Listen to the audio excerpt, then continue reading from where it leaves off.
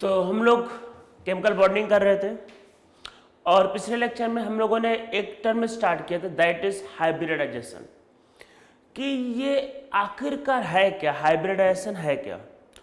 तो पहले इसका डेफिनेशन लिखेंगे, कुछ पॉइंट लिखेंगे, फिर ढेर सारे एग्जाम्पल करेंगे और फिर इसको सबको मतलब जितने भी होते हैं सबको एक एक करके करेंगे। देखो है क्या कि पहले इस सेक्शन में हाइब्रिडाइजेशन निकालना सीखेंगे। आपको अगर निकालना एक बार आ गया तो बाकी सब आप अपने आप कर लोगे। मतलब बाकी इसके आगे का जो पार्ट है कि मॉलिक्यूल का स्ट्रक्चर क्या होगा, मॉलिक्यूल का वही शेप क्या होगा, या फिर कोई भी चीज़ जैसे बॉन्ड एंगल क्या होगा, वो आप आगे खुद से कर लोगे। तो पहले हाइब्रिडाइजेशन निकालते कैसे वो सीखेंगे, बाकी चीज़ें बाद में। तो सबसे पहले इसमें आते हैं इसके डेफिनेशन पे।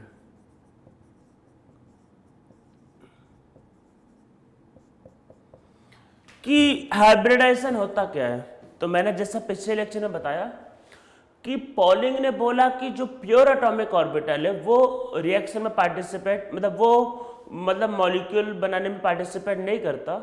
मॉलिक्यूल बनाने में क्या पार्टिसिपेट करता है, हाइब्रिड ऑर्बिटल। तो होता एक्चुअल में क्या है कि बॉन्ड फॉर्मेशन के पहले जो एटम के जो एटॉमिक ऑर्बिटल होते हैं वो मिक्स हो जाते हैं और वो फॉर्म करते हैं hybrid orbital.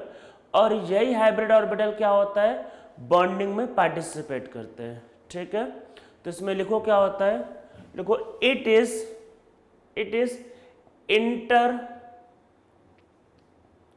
Mixing of atomic orbital and form hybrid orbital of same energy, shape and size। तो समझ में आया क्या होता है, it is intermixing of atomic orbital to form hybrid orbital of same energy, shape and size।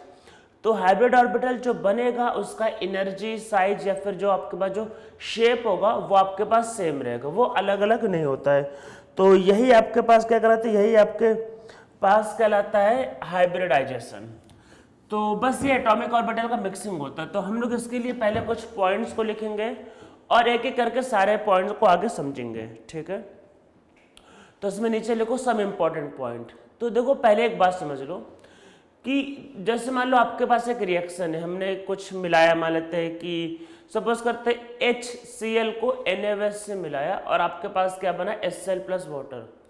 तो देखो होता क्या है, रिएक्शन हमको दिखाई नहीं देता है, हमने क्या देखा, दो रिएक्टेंट को डाल दिया, किसको, HCl प्लस NaOH को डाल दिया और हमारे पास क्या आता है, प्रोडक्ट। बीच में रिएक्शन कैसे हुआ हमको नहीं पता, मतलब हमको दिखता नहीं है, हम लोग सिर्फ गेस कर सकते हैं कि ऐसा होना चाहिए, सिर्फ गेस कर सकते हैं। एक्चुअल में हुआ या नहीं हुआ हमको इसके बारे में कोई आइडिया नहीं है। तो एक्चुअल में होता क्या, एक्चुअल में कि हम रिएक्टेंट को मिक्स करते हैं और क्या बनता है, प्रोडक्ट। तो हम लोग बीच के जो चीजें होती है उसको सिर्फ गेस करते हैं। तो ये जो बॉन्डिंग में एटॉमिक ऑर्बिटल से हाइब्रिड ऑर्बिटल बना, ये हमको दिखता नहीं, सिर्फ हम लोग उसको गेस कर सकते हैं। पर ये थ्योरी इतना ज्यादा यूनिक था और इतना सही था ये कि ये नियरली 99% मॉलिक्यूल को सेटिस्फाई करता है। तो इसलिए ये बहुत ही ज़्यादा अच्छा थ्योरी है। तो हम लोग इसमें लिखते कुछ इंपॉर्टेंट पॉइंट में। सबसे पहला, theory of hybridization is an imaginary theory. कैसा थ्योरी, इमेजिन किया है। तो ये आपके पास क्या है, it is an imaginary theory. मतलब ये आपके पास एक हाइपोथेटिकल थ्योरी है। रियल में हमें कुछ दिखता नहीं है, पर हमने जो भी रूल्स बनाए वो बहुत ज़्यादा सही है, तो इसलिए तब भी चलता है। तो केमिस्ट्री में ऐसे होता है, चीज़ों को गेस किया जाता है और गेस को सेटिस्फाई करने के लिए क्या होता है, हम लोग एक्सपेरिमेंट्स करते हैं। ठीक है, तो ये थ्योरी काफ़ी हद तक सही है। तो ये एक इमेजिनरी थ्योरी। तो अब इसमें नीचे सेकेंड पॉइंट लिखो according to this theory, electron and pure atomic orbital does not take part in bond formation. In bond formation, hybrid orbital take part. ठीक है, तो इस थ्योरी के हिसाब से इलेक्ट्रॉन और pure atomic orbital take part नहीं करते। कौन टेक पार्ट करते हैं, आपका हाइब्रिड ऑर्बिटल टेक पार्ट करते हैं। ठीक है, सेकंड पॉइंट हो गया। अब आगे एक पॉइंट ये आता है कि कौन सा ऑर्बिटल को मिक्स करना है, क्या किसी को किसी से मिला देंगे, जैसे मान लो 2s है और मान लो 5p है, क्या 2s को 5p से मिला सकते हैं? जब आप मिक्स बोल रहे ना हाइब्रिड ऑर्बिटल क्या होता है, मिक्सिंग ऑफ एटॉमिक ऑर्बिटल, तो क्या किसी को भी मिला सकते हैं? नहीं, ऐसा नहीं है। आप जिनको मिलाओगे तो उनकी एनर्जी बहुत क्लोज होगी, जैसे वो आगे पीछे वाले, जैसे 2s और 2p मिल सकता है, 3s 3p मिल सकता है। ऐसा नहीं होगा कि आपने 3p को मान लो 5f से या 5d से मिला दिया, ऐसा नहीं, आसपास वाले मिलते हैं। तो जो ऑर्बिटल इंटरमिक्स होते हैं उनकी एनर्जी नियरली सेम होनी चाहिए और उनमें बहुत ज्यादा डिफरेंस नहीं होना चाहिए। ठीक है, इसमें अगला पॉइंट लिखो atomic orbital which mix with each other and form hybrid orbital must have nearly same energy। ठीक है, तो उनकी एनर्जी क्या होती है? नियरली सेम होती है। कौन सा? वो एटॉमिक ऑर्बिटल जो आपस में मिक्स होते हैं, must have nearly same energy. तो उनकी एनर्जी क्या होता है? नियरली आपके पास सेम होना चाहिए। ठीक है, अब देखो ऐसा है कि अगर आपने 3 ऑर्बिटल को मिलाया, मान लेते हैं मतलब जैसे 3s का एक ऑर्बिटल और मतलब 3p के 2 ऑर्बिटल, मतलब p के 3, देखो p के 3 ऑर्बिटल होते हैं, पर ऐसा कोई रूल नहीं कहता कि 3 है तो तीनों मिलाना है, हमें जितनी की जरूरत होती उतना मिलाएंगे। ठीक है, ये एक सिंपल से एग्जांपल समझो। आप बोलोगे नहीं सर ऐसा नहीं वैसा नहीं, एक सिंपल से एग्जांपल समझो। आपको भूख लगी है, आप एक रेस्टोरेंट पहुंचे, तो रेस्टोरेंट में क्या जो मिलता है आपका सब खा लोगे? अरे आपका जो मन होगा, आपकी जो रिक्वायरमेंट होगी आप वो खाओगे ना। ये ऐसा था नहीं कि वहाँ जो जो मिलता है भाई ऐसा करो सब लेके आओ, ऐसा तो होता नहीं है। तो सेम वही चीज़, अरे बॉन्डिंग कर रहे हैं भाई, जितने ऑर्बिटल की जरूरत होगी उसको मिक्स करेंगे। ऐसे थोड़ी ना कि पी में सर 3 मिला लो, डी में सर 5 सब मिला लो, ऐसा कौन सा रूल है? जितने की जरूरत है उतना ही मिलाना है। ठीक है, और उससे ज्यादा ना उससे कम। और अगर आपने एक मान लेते एक s और 2p 3 ऑर्बिटल को मिलाया, तो 3 को मिलाओगे तो 3 हाइब्रिड ऑर्बिटल बनेगा, जितने को मिलाओगे उतने हाइब्रिड ऑर्बिटल मिलते हैं। ठीक है, तो इसमें नीचे लिखो, इसमें लिखो total number of orbitals are always conserved. It means that total number of atomic orbitals are always equal to the total number of hybrid orbitals। ठीक है, तो जितने भी एटॉमिक ऑर्बिटल्स होते हैं वो हमेशा इक्वल होंगे किसके? Total number of hybrid orbital के। ये बात फिक्स है, एटॉमिक ऑर्बिटल हमेशा हाइब्रिड ऑर्बिटल के इक्वल होगा, ये बात को ध्यान रखना है। ठीक है, ये अब इसमें अगला क्वेश्चन ये आता है कि जो ऑर्बिटल जो मिक्स होने वाले हैं कि वो कैसे होंगे?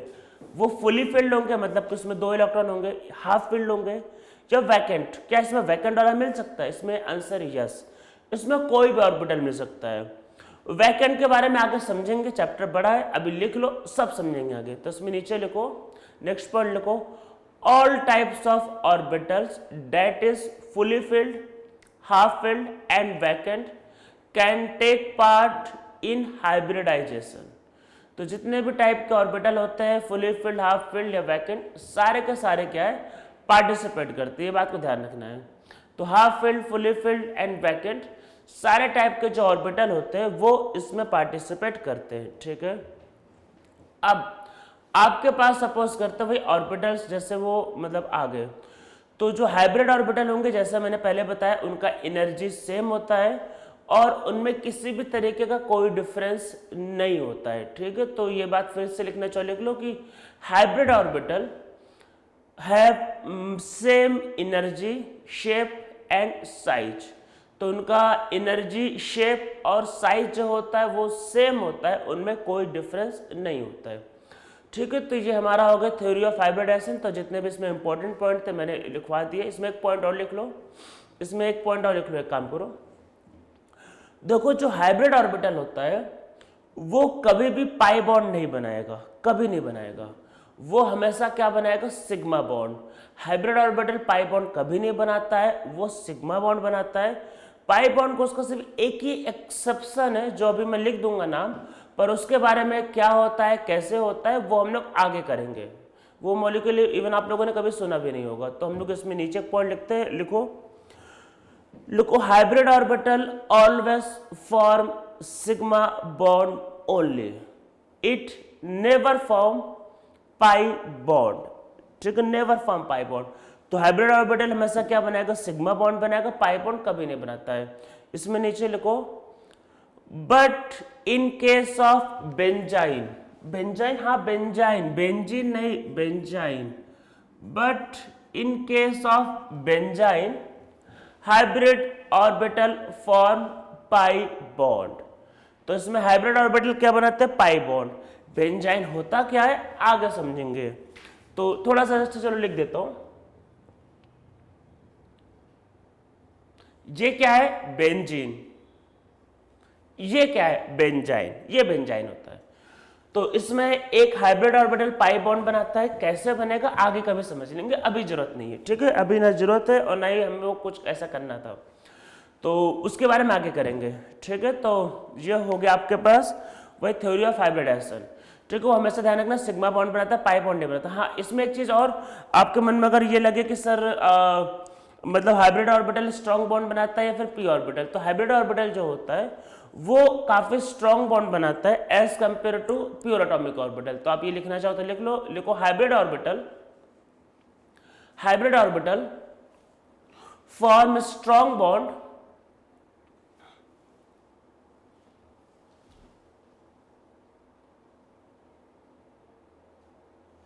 hybrid orbital form a strong bond as compared to atomic orbital.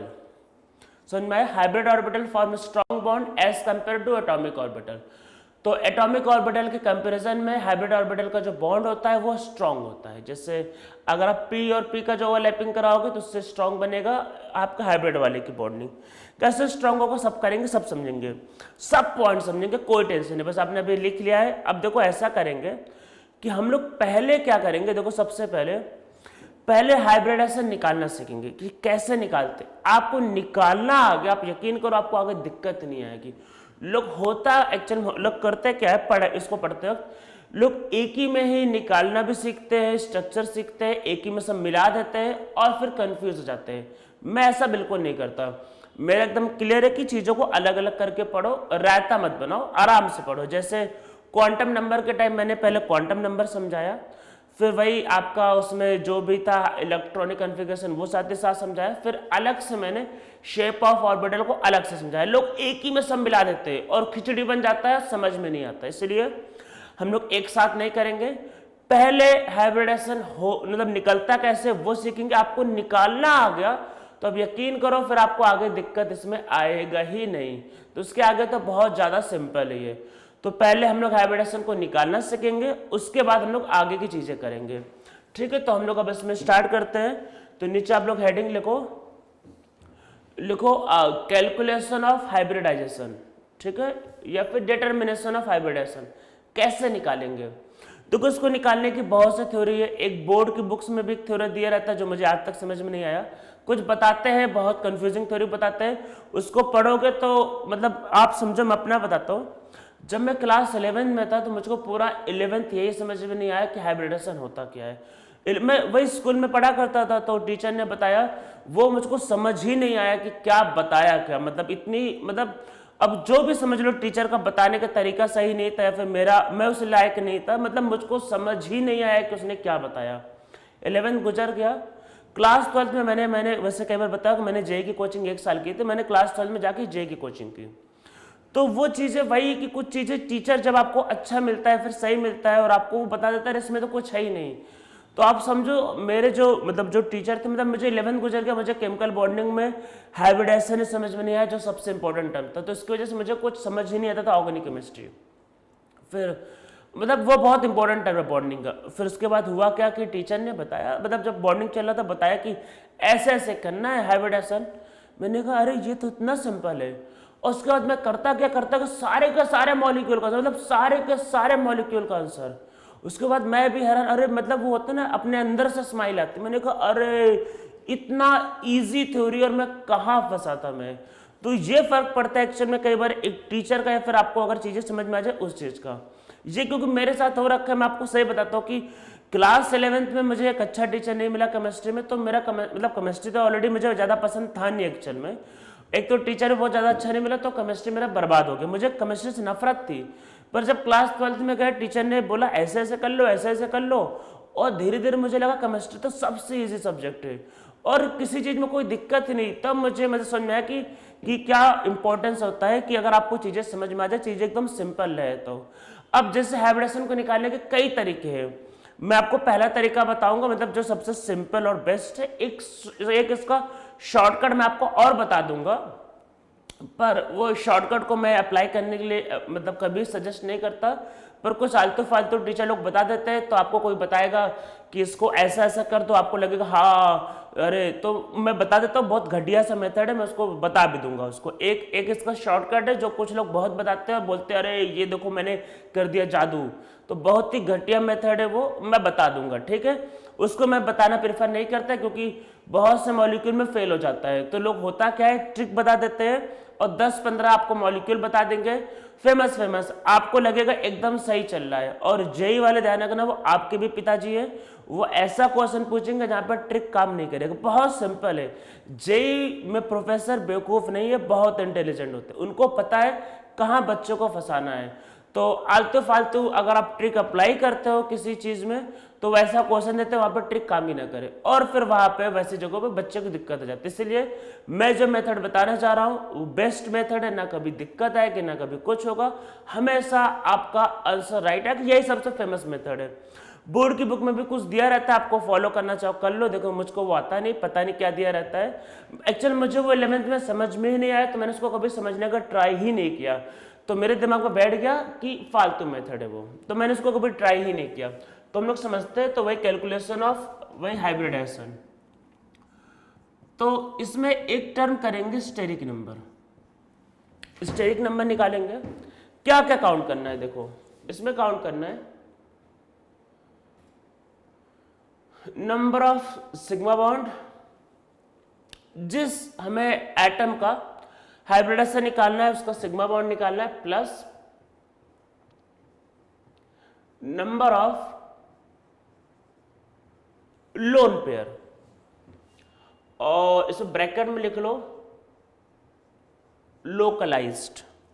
Localised word बस लिख लो, अभी समझो मत, समझेंगे सही टाइम आने पे सब समझेंगे, सही टाइम आने पे आपको हर चीज का आंसर मिलेगा। बस अभी क्या ध्यान रखना है, सिग्मा बॉन्ड लोन पेयर बस काउंट करते जो आपका आंसर आ जाएगा, ठीक है।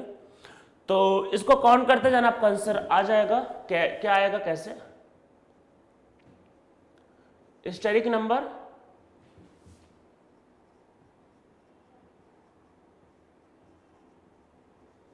हाइब्रिडाइजेशन 2 3 4 5 6 7, इससे ज्यादा नहीं निकलेगा, टेंशन मत लो।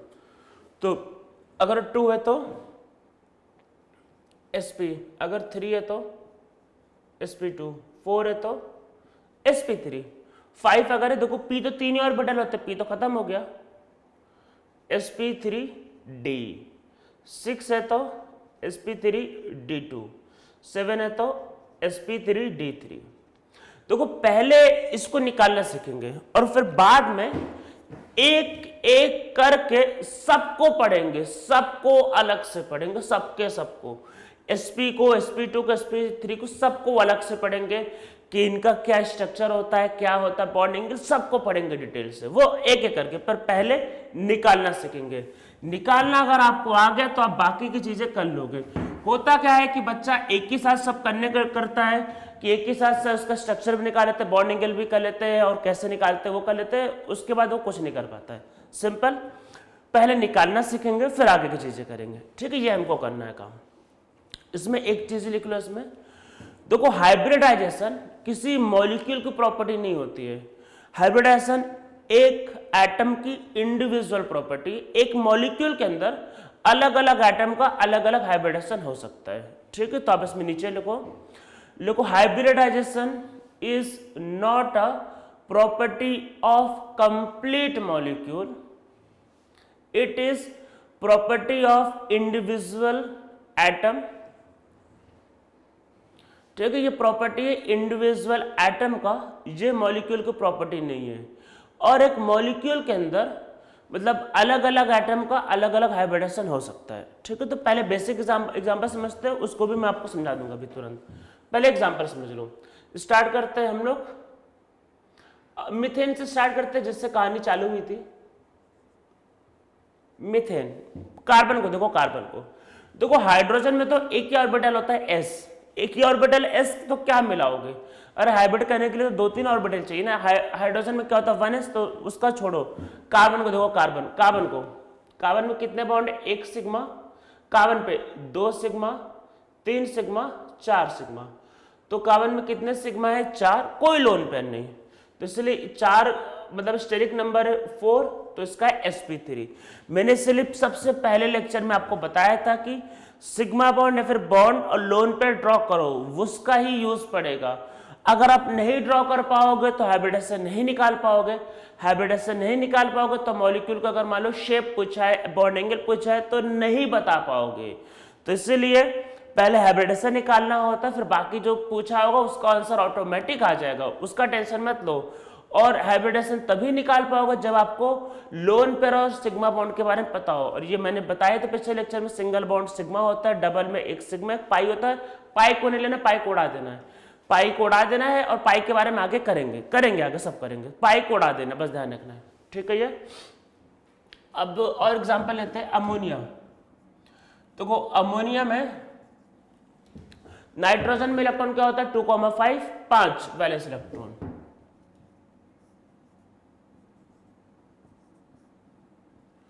ये इसका स्ट्रक्चर है, इसमें सिग्मा काउंट करो, सिग्मा सिग्मा सिग्मा, कितने सिग्मा है? 3, लोन पेयर 1, दोनों का समेशन 4। लोन पेयर, अरे नाइट्रोजन का लोन पेयर भी लेना है भाई, लोन पेयर लेना है।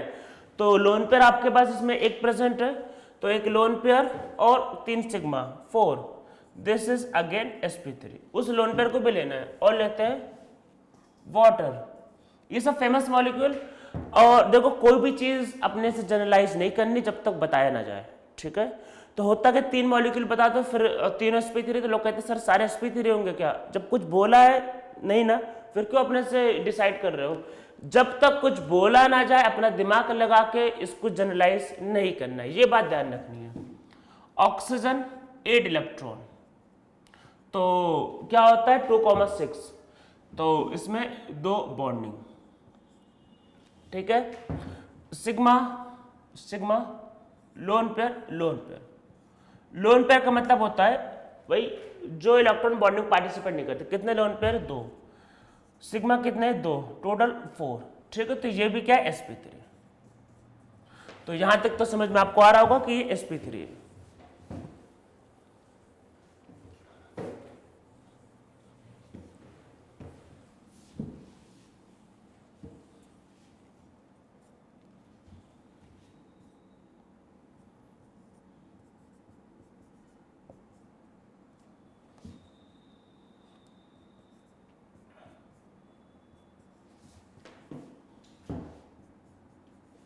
ये एक मॉलिक्यूल है, इसमें हम लोग कार्बन के हाइब्रिडेशन लिखते हैं। कार्बन के देखो हर एटम का अलग अलग हो सकता है, कोई रूल नहीं है कि किसका क्या होगा। इससे स्टार्ट करते हैं, इस कार्बन पे देखो, इस कार्बन पे देखो, इसमें जो बॉन्डिंग सिग्मा और पाई पहचाना मैंने बता रखा है। सिंगल बॉन्ड सिग्मा, ठीक है। ट्रिपल बॉन्ड में पाई पाई, और अच्छा एक सिग्मा होता है, ट्रिपल बॉन्ड में एक सिग्मा होता है। तो इस कार्बन पे पहले, इस कार्बन पे कितने सिग्मा है? देखो इस कार्बन पे एक सिग्मा इधर, एक सिग्मा इधर, कितने सिग्मा है? 2 सिग्मा अगर है मतलब स्टेरिक नंबर 2, लोन पेयर तो होता नहीं। देखो कार्बन में 4 इलेक्ट्रॉन होते हैं, चारों बॉन्डिंग कर ले तो कार्बन में लोन पेयर होता ही नहीं। ठीक है, लोन पेयर नहीं होता। तो इस कार्बन ने कितने सिग्मा बनाए? 1 सिग्मा 2 सिग्मा, 2 सिग्मा बनाए, तो ये कार्बन कैसा है? sp। ठीक है, sp सिंपल। इस कार्बन पे आते हैं, हाइब्रिडेशन एक एटम को प्रॉपर्टी ध्यान रखना। इस कार्बन पे आते हैं, इधर भी क्या होगा? सिग्मा, और इधर भी क्या है? सिग्मा, दोनों साइड सिग्मा, मतलब सिग्मा सिग्मा। ठीक है, दोनों साइड सिग्मा। तो इसका आपका स्टेरिक नंबर फिर से क्या होगा? 2, तो ये भी क्या होगा? sp, 2 सिग्मा मतलब sp। ठीक है, अब देखो इस वाले कार्बन पे आते, इस वाले कार्बन पे। ठीक है, ऐसा रूल नहीं है कि ये सिग्मा इधर काउंट होगा तो इधर काउंट नहीं होगा। मतलब जिसका देखना है बस उसी से मतलब, बाकी से कोई मतलब नहीं। मतलब आपको जो एटम बोला है उस पर फोकस करो, अगल बगल में क्या हो रहा है उससे कोई मतलब नहीं। जैसे अब इस कार्बन को देखो, इस कार्बन को, इस कार्बन में ये सिग्मा है, ये सिग्मा है, ये सिग्मा इसका भी, ये सिग्मा इसका भी। तो ऐसा नहीं कि इसका हो गया तो इसका नहीं होगा, ऐसा कोई रूल नहीं है। जिसको देखना है मतलब जिसका पूछा उसको देखना, उसके अलावा किसी से कोई मतलब। इसको देखो, ये सिग्मा, ये सिग्मा और इधर सिग्मा और पाई, तो इसमें क्या होगा, ये भी सिग्मा, ये भी सिग्मा, ये भी सिग्मा। कितने सिग्मा हो गए? 3। अगर 3 सिग्मा हो गए तो ये होगा sp2। ठीक है, इस वाले कार्बन पे आते हैं इधर सिग्मा, इधर सिग्मा और इधर सिग्मा, तो ये भी क्या होगा? sp2। और इस वाले कार्बन पे देखो सिग्मा सिग्मा सिग्मा सिग्मा, तो दिस इज sp3। तो देखो यहाँ पे कार्बन sp भी है, sp2 भी है, sp3 भी, कुछ भी निकल सकता है। ठीक है, तो अब हम लोग क्या करते हैं, इस समझ में आ रहा होगा। अब हम लोग क्या करेंगे, ढेर सारे मॉलिक्यूल का हाइब्रिडाइजेशन निकालेंगे। ठीक है, ढेर सारे मॉलिक्यूल का। तो अब देखो करना क्या है, कुछ करने के पहले मैं आपको कुछ बताने जा रहा हूं, पहले ध्यान से सुनो। मैं ढेर सारे मॉलिक्यूल देने जा रहा हूं, उसके पहले सारे क्वेश्चंस का प्रैक्टिस खुद से करना है। जितना आप खुद से करोगे उतना आपके लिए अच्छा रहेगा। नहीं करोगे आप ही को दिक्कत होगी आगे चल के। तो मैं ढेर सारे मॉलिक्यूल लिखने जा रहा हूं, सबका हाइब्रिडाइजेशन खुद से ट्राई करना। जब नहीं निकलेगा तब मेरे सॉल्यूशन को देखना। ठीक है, क्योंकि अभी ऑफलाइन क्लास तो है नहीं कि मैं आप लोगों के नोटबुक में आके चेक करूं, तो आपको अपने से ऑनेस्टी रखना है, खुद से अपने नोटबुक में वही सारे ट्राई करने हैं। और अगर मैच करता है तो फिर आगे बढ़ते रहना, नहीं तो उसको ट्राई करना है। और जब नहीं बनेगा तो फिर जाके मेरा सोल्यूशन आपको देखना है, अदरवाइज फिर आपको मेरा सोल्यूशन नहीं देखना है। ठीक है, तो हम लोग अब इसको करते हैं। तो नीचे हम लोग क्वेश्चन लिखते हैं, find the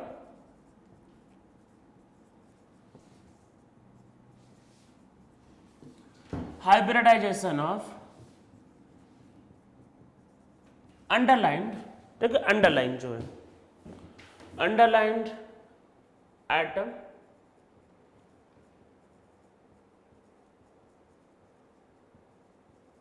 in the following. Find the hybridization of underlined atom in the following. तो जो भी एटम अंडरलाइन है तो उसका आपको क्या निकालना, हाइब्रिडाइजेशन। ठीक है, स्टार्ट करते हैं क्लास से।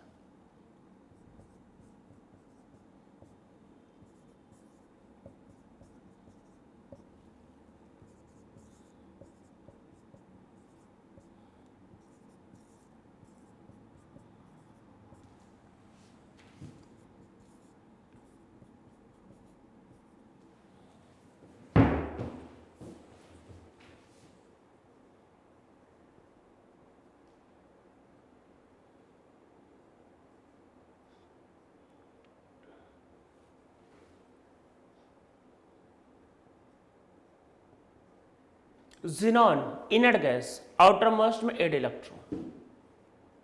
Xenon भी बॉन्डिंग करता है, हाँ करता है। उसके साथ सबसे ज्यादा इलेक्ट्रोनेगेटिव एलिमेंट कौन है टेबल में, फ्लोरीन ऑक्सीजन। फ्लोरीन ऑक्सीजन बहुत पावरफुल एलिमेंट, उनके साथ करना पड़ेगा। देखो होता क्या है, Xenon बेचारा सीधा साधा, मतलब नोबेल है, इनर्ट गैस। इनर्ट गैस मतलब मान लो आपकी सोसाइटी में एक आदमी रहता है, बहुत सीधा साधा है, चिल आदमी रहता है, रिलैक्स रहता है, किसी से कोई मतलब नहीं, आता जाता है, किसी से कोई मतलब नहीं। पर सोसाइटी में 2 लोग हैं, एक का नाम है फ्लोरीन, एक का नाम है ऑक्सीजन। डेली जाके उसको बोलते हैं क्या है तुम्हारा, क्या लगा रखा है, ये करते हो वो करते हो, डेली जाके। एक दिन Xenon को भी गुस्सा आया, उसने भी उनसे हाथापाती मतलब हाथापाई कर ली। तो मारपीट होने के लिए ऐसा जरूरी थोड़ी ना है कि Xenon बेचारा सीधा साधा तो मारपीट नहीं, लड़ाई नहीं कर सकता। अरे सामने वाला अगर रोज कोई आके बोले कि ये क्या लगा रखा है, ऐसा है वैसा ये है, तो वो बेचारा लड़ाई करेगा, मजबूरी हो गई। तो वही सेम फ्लोरीन पावरफुल है, फ्लोरीन बोलेगा मुझको बॉन्ड बनाना है तो बनाना है। तो Xenon बेचारा मजबूर है, अब क्या करे बेचारा मजबूर है। तो 2 एलिमेंट है बहुत पावरफुल है, Xenon and fluorine and oxygen. Fluorine and oxygen are most electronegative element of periodic table, बहुत पावरफुल है। तो जबरदस्ती करते हैं, अरे जो पावरफुल आदमियों को जबरदस्ती करेगा, किसी के साथ भी मारपीट करेगा, किसी के साथ बॉन्ड बनाएगा। इसने बोला कि मुझको बॉन्ड बनाना है तो बनाना है, तो अब तू देख ले भाई। तो जिनॉन बेचारे की मजबूरी बॉन्ड बनाना पड़ेगा। तो जिनॉन सिर्फ दो एलिमेंट के साथ बॉन्डिंग करता है, ध्यान रखना है, फ्लोरीन एंड ऑक्सीजन के साथ, because they are most electronegative element of periodic table. ठीक है, हम लोग अब आगे बढ़ते हैं। तो ढेर सारे इसके एग्जाम्पल है।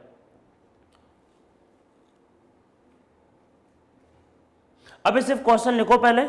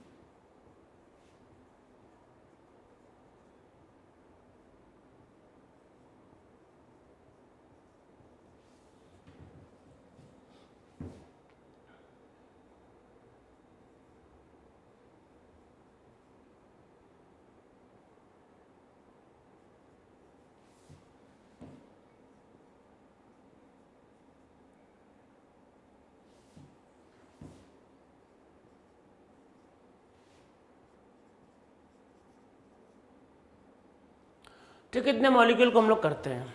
इनको करने के पहले इतने मॉलिक्यूल आपको सब ट्राई करने हैं। मैं आंसर तो लिखूंगा, पर इनको करने के पहले एक बार मैं देख लेता हूँ पहले स्क्रीन पे कितना दिखाई दे रहा है, पूरा दिख रहा है कि नहीं इसमें। हाँ ठीक है, इसमें नियरली पूरे मॉलिक्यूल कवर हो रहे हैं। ठीक है, तो इनको देखो करने के पहले क्या ध्यान क्या रखना है, मैं कुछ बातें बता रहा हूँ, लिख लो, हेल्प करेगा आपको कि कौन एटम कितने बॉन्ड बनाता है। ठीक है, कौन एटम कितने बॉन्ड बनाता है। मैं न्यूट्रल की बात कर रहा हूं, कटायन आयन बनेगा तो चीजें बदल जाएंगी। ठीक है, तो पहले हाइड्रोजन, हाइड्रोजन कितने बॉन्ड बनाएगा, 1। तो नीचे लिखो आप लोग, लिखो hydrogen always form only 1 bond. ठीक है, हाइड्रोजन कितने बॉन्ड बनाएगा, सिर्फ 1 बॉन्ड बनाएगा। इसमें नीचे लिखो, लिखो fluorine always form 1 bond. Fluorine कितना बॉन्ड बनाता है, 1 बॉन्ड। ठीक है, ये हो गया। फिर इसमें नीचे लिखो oxygen form 2 bond when it is neutral. जब न्यूट्रल है तब 2 बॉन्ड बनाएगा। हाँ, क्या जब चार्ज आएगा तो बॉन्ड बदल जाएगा, हाँ बॉन्ड बदल जाएगा, समझेंगे आगे समझेंगे। तो अभी क्या ध्यान रखना है कि ऑक्सीजन कितने बॉन्ड बनाता है, 2। अभी तो सिर्फ न्यूट्रल वाले केस ही लिखे हैं, जब चार्ज आएगा आगे और एग्जाम्पल करेंगे तो मैं बता दूंगा क्या करना है। ठीक है, तो ऑक्सीजन कितने बॉन्ड बनाता है, 2 बॉन्ड। फिर इसमें आगे लिखो nitrogen always form 3 bond when it is neutral. और आगे नीचे एक और लिख लो, कार्बन ऑलवेज फॉर्म 4 बॉन्ड। बस, हाँ बस इतने ही। इसके आगे अपने दिमाग का यूज करना है, बस इसके आगे और कोई रूल नहीं है। इसके आगे अपने दिमाग का यूज करना है और उसी से डिसाइड करना है। ठीक है, तो जो जो आइटम अंडरलाइन है इनका हम लोग हाइब्रिडाइजेशन निकालना स्टार्ट करते हैं। तो देखो सबसे पहले PCl5 से स्टार्ट कर देते हैं। PCl5 क्या है, तो देखो फॉस्फोरस, यहां पे मैं लिखता हूं स्पेस का मैं फॉस्फोरस। अरे नाइट्रोजन फैमिली का है भाई, तो 2,8,5 है ना ये। तो फॉस्फोरस में वैलेंस इलेक्ट्रॉन कितने हैं, 5। क्लोरीन 2,8,7। क्लोरीन को एक ही बॉन्ड बनाना है। ठीक है, फॉस्फोरस कहां होगा, फॉस्फोरस बीच में, 5 वैलेंस इलेक्ट्रॉन हर साइड से। क्लोरीन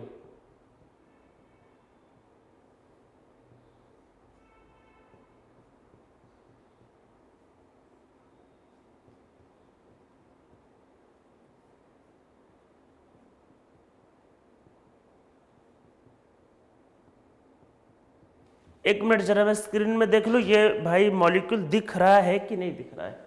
हाँ चलो दिख रहा है, मतलब मैं वहाँ तक जा सकता हूँ, मतलब मैं बोर्ड का लिमिट चेक कर रहा हूँ कि कहाँ तक कैमरे में आ रहा है। ठीक है, यहाँ तक आ सकता हूँ।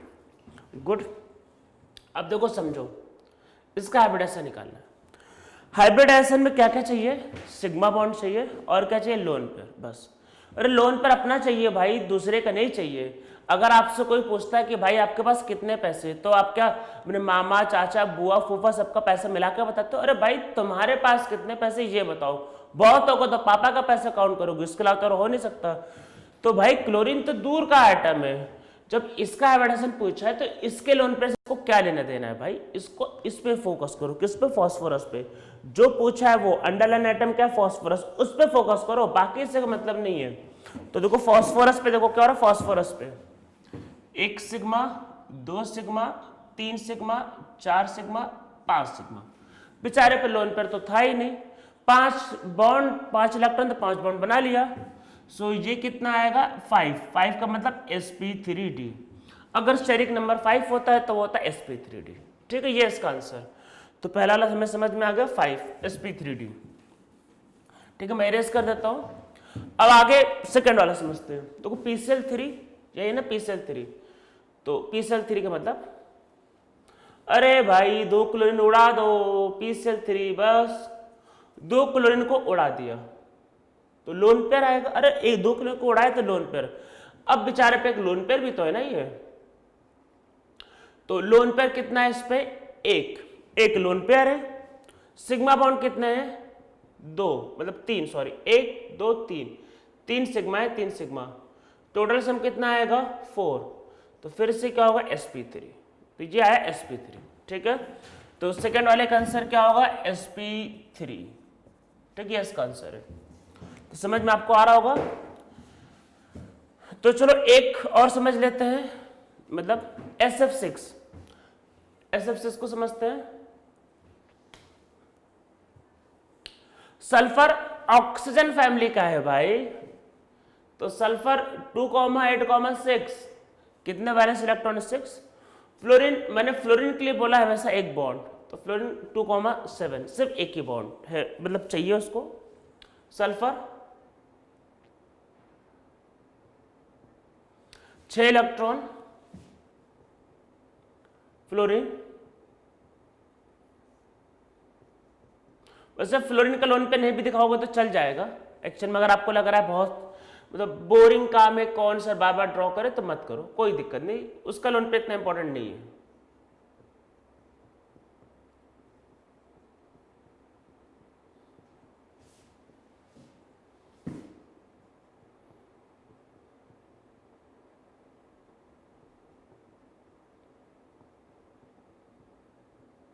तो ये आपके पास स्ट्रक्चर है। Sigma 1 2 3 4 5 6, 6 sigma. तो 6 सिग्मा का मतलब sp3d2। ठीक है, अगर 6 सिग्मा होंगे तो वो आपके पास कहलाएगा sp3d2। ठीक है, भाई लोन पेयर तो है नहीं सल्फर पे। ठीक है, तो sp3d2। तो इसमें मैं आंसर लिखता जाता हूं। This is sp3d2। आप इसके आगे अगर ट्राई करना, दिस विल बी sp3d। आप करना, ट्राई करना आएगा, दिस विल बी sp3। ठीक है, करके देखना ये आएगा। इसमें एक लोन पेयर है 4 सिग्मा, इसमें 2 लोन पेयर है और 2 सिग्मा। ठीक है, यहां तक कर लेना आप ये। अब देखो CO2 में क्या होता है,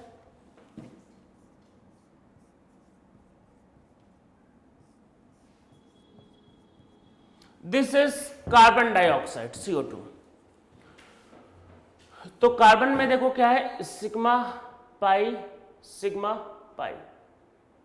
तो कार्बन में कितने सिग्मा है भाई? कार्बन में तो 2 सिग्मा है। पाई बॉन्ड तो लेने के लिए मना किया गया था। कितने सिग्मा है? 2।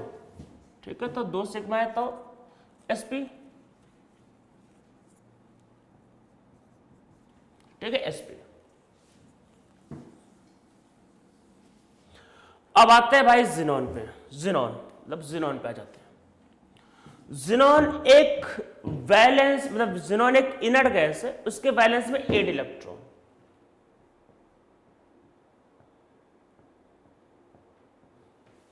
इलेक्ट्रॉन, दो फ्लोरीन,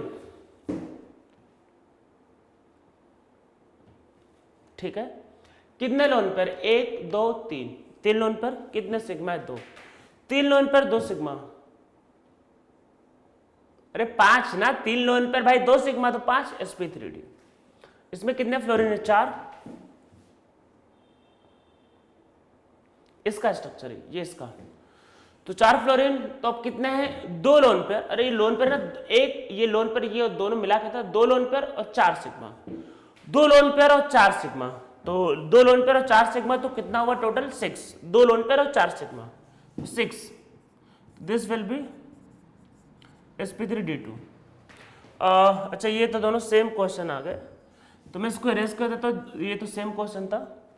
अब इसमें करोगे, इसमें 1 लोन पेयर आएगा, मतलब इसको करना 1 लोन पेयर आएगा और 6 sigma, this will be sp3d3, ठीक है। इसमें मतलब 1 लोन पेयर आएगा और 6 सिग्मा आएगा, तो ये इसका आंसर होगा।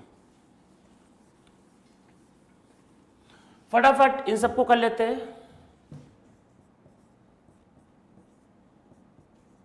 मैं ऑक्सीजन के लोन पे नहीं दिखा रहा, जरूरत नहीं है, अरे जरूरत नहीं है। सिग्मा पाई इसमें करो,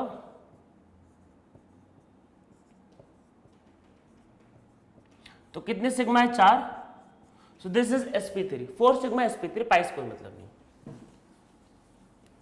दिस इज sp3 था, नीचे वाले पाते हैं जिनॉन,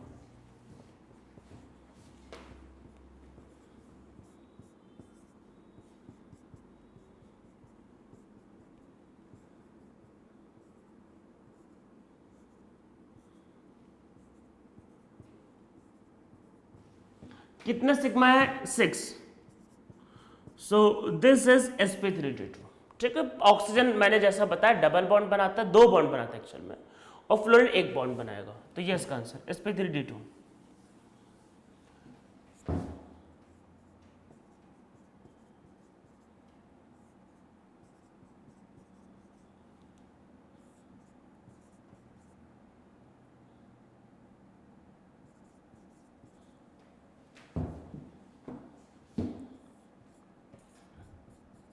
अब करके देखना, सबके आंसर आ जाएंगे।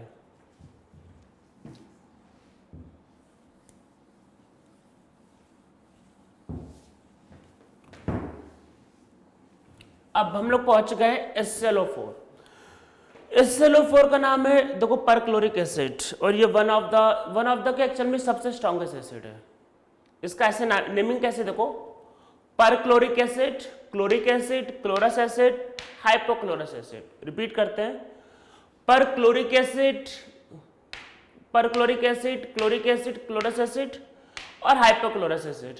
ज्यादा ऑक्सीजन वाले के नाम के आगे इक लगता है, कम के आगे अस लगता है। ज्यादा ऑक्सीजन वाले को फेरिक, कम वाले को फेरस, ज्यादा वाले को मर्क्यूरी, कम ऑक्सीजन वाले को मर्क्यूरस। पता ही होगा आपको, ऐसे नाम होते हैं क्लोरिक, क्लोरस, पर इसमें 2 है तो ज्यादा वाले के आगे पर लगा देते, उड़ना है ना उसको, तो perchloric acid, chloric acid, chlorous acid और हाइपोक्लोरस एसिड। ठीक है, इनके स्ट्रक्चर्स को देखते हैं, ऊपर वाले से स्टार्ट करते हैं।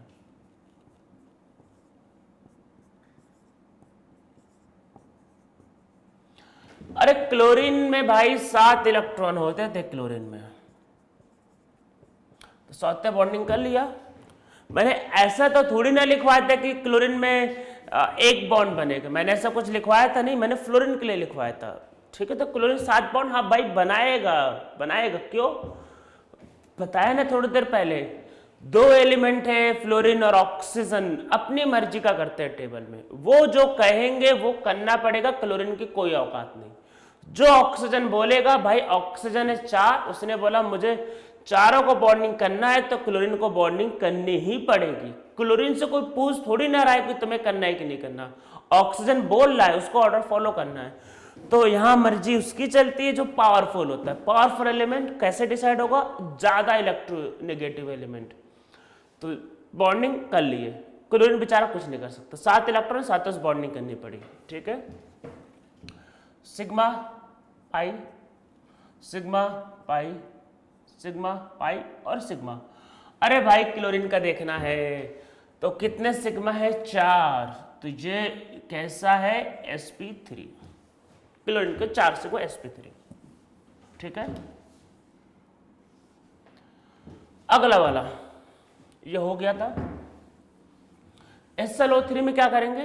अरे SLO3 में काहे टेंशन लेते हो, एक ऑक्सीजन को उड़ा दो बस, एक लोन पर बचेगा, एक ऑक्सीजन को उड़ा दिया, उड़ा दो डबल बॉन्ड वाले को उड़ा दो। अरे हाइड्रोजन भी था ना ये, तो इसलिए उड़ा दो, यही बचेगा। तो कितना एक, अरे भाई 1 सिग्मा 2 सिग्मा 3 सिग्मा के लोन पर कौन काउंट करेगा? तो sp3। अब SLO2 में क्या करेंगे? एक ऑक्सीजन और कम हो गया, एक और उड़ा दो। भाई टेंशन क्या लेने का, उड़ा दो। ये किसका स्ट्रक्चर? SLO2। भाई कितने सिग्मा है? अब तो 2 सिग्मा और 2 लोन पेयर, sp3। SLO सिर्फ एक ऑक्सीजन, अब क्या करना है? एक और उड़ा दो। अरे उड़ा दो, कोई टेंशन नहीं है, उड़ा दो। ये 3 लोन पेयर और 1 सिग्मा, फिर से sp3। तो कैसा लगा स्ट्रक्चर? बहुत सिंपल है, तो आपको बस याद हो जाएंगे कैसे नेमिंग थी। पर क्लोरिक एसिड, क्लोरिक CHL मतलब CHLORIC, क्लोरिक एसिड। पर क्लोरिक एसिड, क्लोरस एसिड, एक की जगह अस कर देना, OUS, chlorous acid, HYPO, hypochlorous acid. ठीक है, ये इनकी नेमिंग है चारों की। जैसे ये किए, अब वैसे करते फास्फोरस के साथ भी। फास्फोरस के आउटर मोस्ट में कितने इलेक्ट्रॉन होते हैं? 5। ऑक्सीजन है 4, तो एक ने तो किया डबल बॉन्ड, बाकी सब ने किया OH और OH। ये है किसका स्ट्रक्चर? फास्फोरिक एसिड का। Sigma pi, sigma, this is sp3। समझ में आ रहा होगा sp3। अरे ये सब पीरियोडिक टेबल में भाई अगल बगल रहते, सब भाई हैं। कौन भाई है? फास्फोरस, सल्फर, क्लोरीन, सब टेबल में आसपास रहते, सब भाई हैं। ठीक है, तो आगे H2SO4।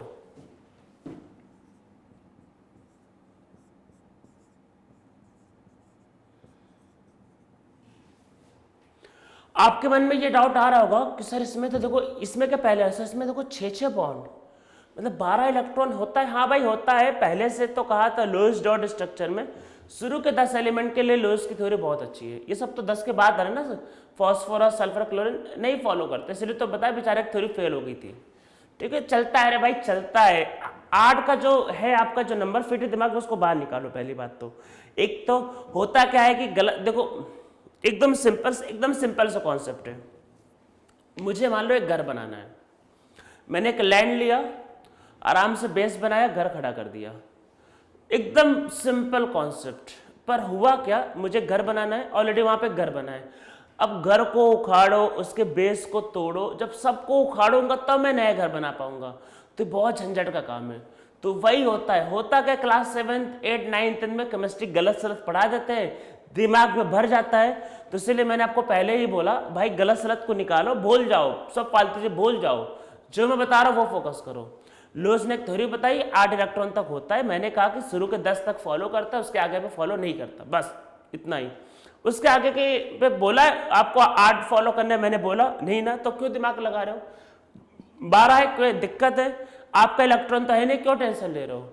आप ऐसे बोलोगे सर 12 हो गए, अरे 12 हो गए तो आपका इलेक्ट्रॉन थोड़ी ना मांग ले कि भाई अपना इलेक्ट्रॉन दो। अरे सल्फर के इलेक्ट्रॉन है, सल्फर की मर्जी, वो जो चाहे वो करे, आपका क्या टेंशन है? वो 4 बॉन्ड बनाए, 6 बॉन्ड बनाए, 10 बॉन्ड बनाए, इससे आपको क्या लेना देना? बनाने दो उसको। शुरू के 10 एलिमेंट को ध्यान रखना है कि लुईस स्ट्रक्चर हमेशा फॉलो होता है, वो 8 के इलेक्ट्रॉन के इर्द गिर्द घूमते रहते हैं। ठीक, उसमें भी हाइड्रोजन, हीलियम, लिथियम है नहीं। उसके आगे वाले पे लुईस डॉट स्ट्रक्चर अप्लाई करने का ट्राई नहीं करना है। मेरे इसलिए जो रूल लिखवाया है उसमें देखो हाइड्रोजन के लिए बोला है 1, कार्बन के लिए 4, नाइट्रोजन के लिए 3, ऑक्सीजन के लिए 2 और फास्फोरस के लिए 1, मतलब सॉरी फ्लोरीन के लिए 1।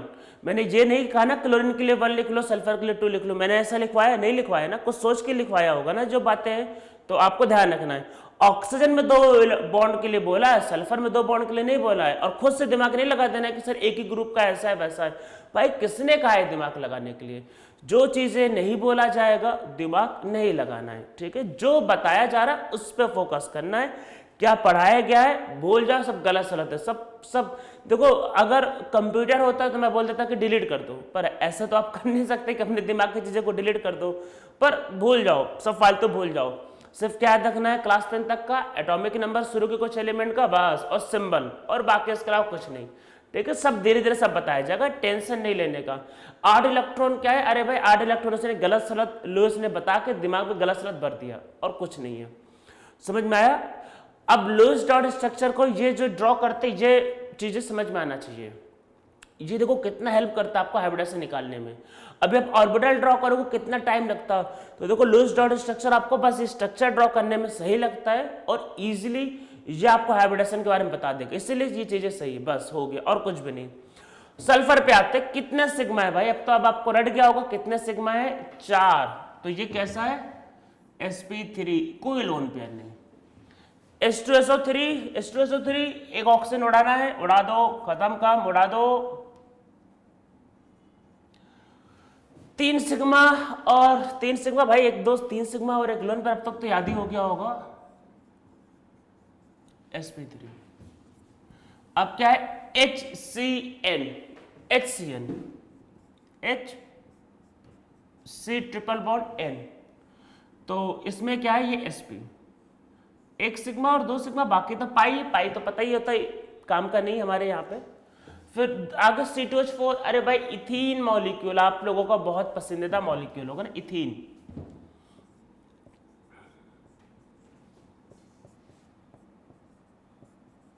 उसमें कार्बन का अंडरलाइन किया है, इसका मतलब ये नहीं कि दोनों को ऐड कर दो।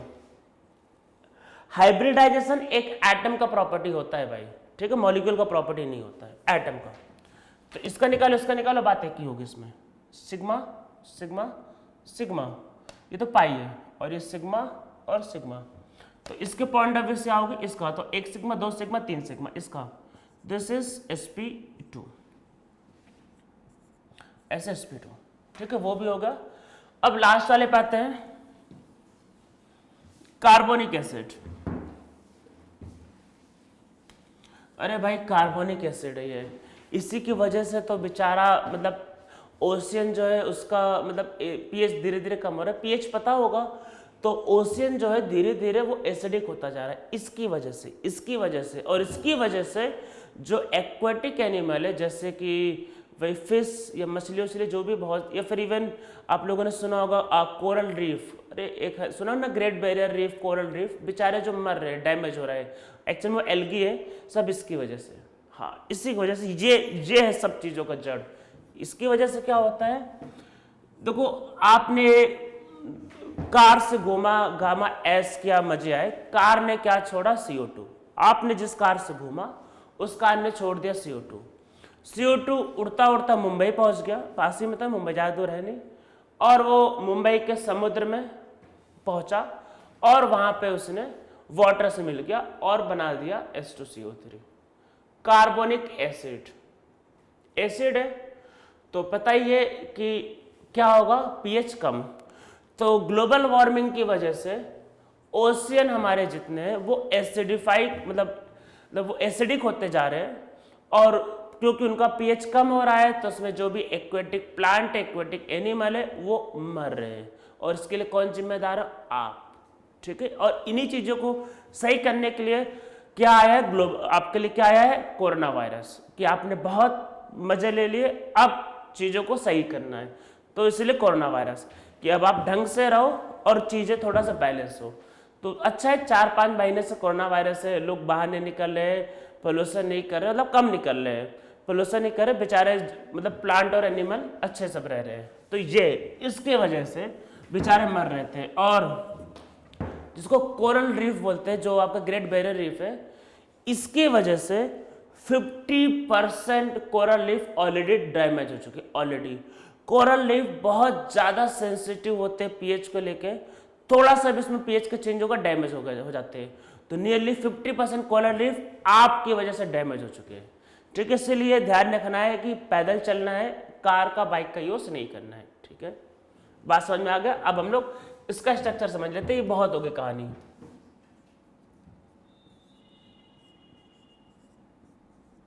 ये स्ट्रक्चर है कार्बोनिक एसिड का, ठीक है। कार्बन भाई 4 बॉन्ड बनाता है तो कर लो, अरे sigma pi sigma sigma sp2, ठीक है, समझ में आ गया।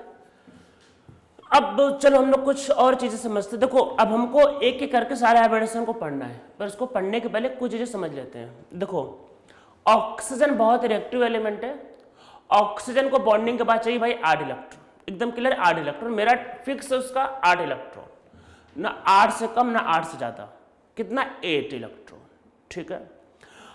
ऑक्सीजन 2 बॉन्ड बनाता है जब ऑक्सीजन कैसा होगा, न्यूट्रल, पर कई बार ऑक्सीजन पे पॉजिटिव और नेगेटिव चार्ज भी आता है। तो देखो समझो, मैं बॉन्ड बताना चाह रहा हूं। ऑक्सीजन में 4 इलेक्ट्रॉन, तो ये 2 बॉन्ड बनाता है। अरे मैं यहाँ पे कोई एलिमेंट नहीं जोड़ना, मैं यहाँ पे एक्स कर देता हूँ, एक्स कुछ भी हो सकता है, एक्स हाइड्रोजन भी हो सकता है, कार्बन भी हो सकता है, कोई हेलोजन, कुछ भी हो सकता है, ठीक है। ऑक्सीजन जब 2 बॉन्ड बनाता है तो 2 लोन पे रखता है, ठीक है, ये होता है। ऑक्सीजन पे इलेक्ट्रॉन देखो कितने, 1 2 3 4 5 6। मान लो कुछ ऐसा हो गया, ऑक्सीजन बेचारे को 1 इलेक्ट्रॉन देना पड़ा, मान लो कुछ हो गया, बेचारे से 1 इलेक्ट्रॉन चला गया, तो कितने बचे, 5। तो अब ऑक्सीजन को बनाने होंगे 3 बॉन्ड।